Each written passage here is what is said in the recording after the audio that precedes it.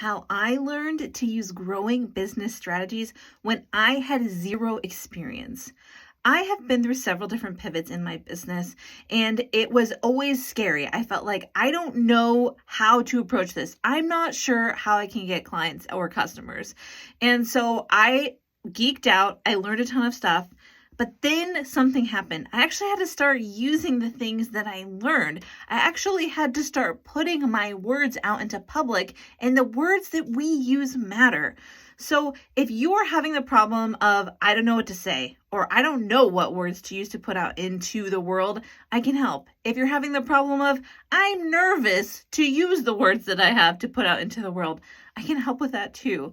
So I want you to know you aren't alone. There's a way for you to move forward in this, just like I did, even though I didn't know anything, and that way was to get help. Would you like to know more?